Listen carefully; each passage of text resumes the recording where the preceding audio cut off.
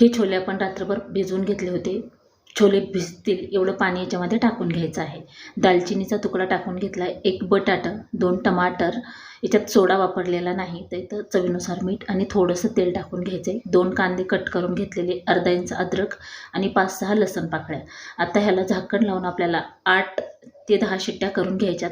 तर छोले एकदम परफेक्ट शिजायला पाहिजेत. तर बघू शकता याचे टमाटरचे सालं काढून घेऊया आणि चमच्यानेच मॅश करून घ्यायचं आहे. हे चमच्याच्या साहाय्याने छान मॅश करून घेऊया. छोले व्यवस्थित शिजले तर पोटाला बाधत नाही.